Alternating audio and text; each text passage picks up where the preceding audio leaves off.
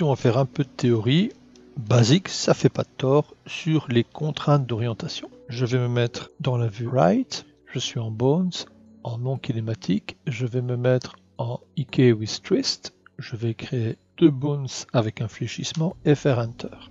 Pour rappel, j'ai ici le root, ici l'IK goal, donc si je mets en translate, c'est lui qui détermine le fléchissement. Je vais le renommer pour IK goal et j'ai ici la gestion de son orientation, que je vais renommer aussi orientation. L'orientation, je vais le déplacer, basculer en vue perspective, et on sait que si je le bouge, ça gère l'orientation. Si je viens maintenant dans ce nœud, je retrouve l'interprétation de la solution, qu'on appelle donc un solver, qui est en inverse kinématique. Et on voit celui que j'ai appelé orientation, qui gère son orientation. On peut ajuster un décalage ou un amortissement avec le damping. Remontons au niveau scène et dans la vue de droite. Je reviens à la création de bones. Cette fois-ci, je vais demander no kinématique. Autrement dit, ce sera simplement une succession de bones. Cette succession de bones est ici. Je vais créer maintenant un null object. Je place le null object devant. Pour l'instant, je vais l'appeler orient. Si je vais ici, je vois qu'il n'y a aucun nœud relatif au menu des contraintes, par exemple d'orientation, comme nous venons de voir. Pour cela, il faut absolument une kinématique. Donc, c'est ce que nous allons faire. Je vais sélectionner ce bones.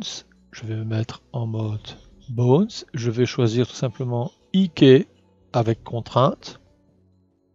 Bouton droite, addition kinematics. Je vais prendre celui-ci, je vais faire enter. Je retrouve maintenant mon IK goal. Je vais laisser de toute façon le nom goal 1. On voit qu'il gère le fléchissement. Si je reviens dans ce nœud, je retrouve maintenant la gestion de l'IK. Par contre, impossible de rajouter un twist. En fait, c'est logique parce que le concept que nous avons pris, le mode de solver, est IK with constraint. Et la contrainte est là, sans plus. On peut changer en prenant l'option inverse kinématique. À ce moment-là, vous pouvez prendre ici un référent d'orientation, que j'ai appelé d'ailleurs orient. Accepte.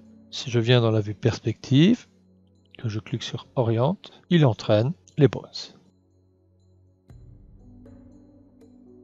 Je reviens dans la vue de droite. Je vais créer maintenant toujours un bones avec IK contrainte. Je fais un seul bones, enter. Quand vous faites un seul bone avec un IK contrainte, il crée un objet nul qui fonctionne exactement comme un lookat.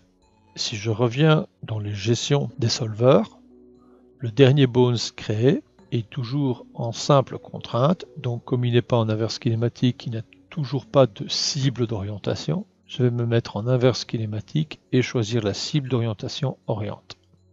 Accepte. Je reviens dans la vue perspective, je choisis l'objet nul, oriente. On voit qu'il entraîne l'angle des 2 bones et la rotation de ce bones. Alors tous ces petits concepts et cette petite théorie va être importante pour la vidéo suivante, dans laquelle j'espère vous prendrez votre pied.